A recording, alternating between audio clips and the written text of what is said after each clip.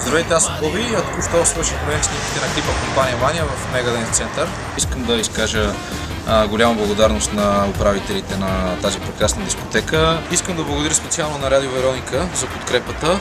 До мен е и режисьора на клипа Мартин Райковски, с който аз работя от няколко години. Благодаря на Боби за доверието, което вече година и половина, 2 години. 3 проекта с него, 3 клипа. Благодаря на екипа, който застава зад мен във всеки един проект, на операторите, на гримьорите, на осветителите, на всички хора, всички, които стоят зад шапката на New Breed Productions. Мисля, че направихме много неща в след няколко години.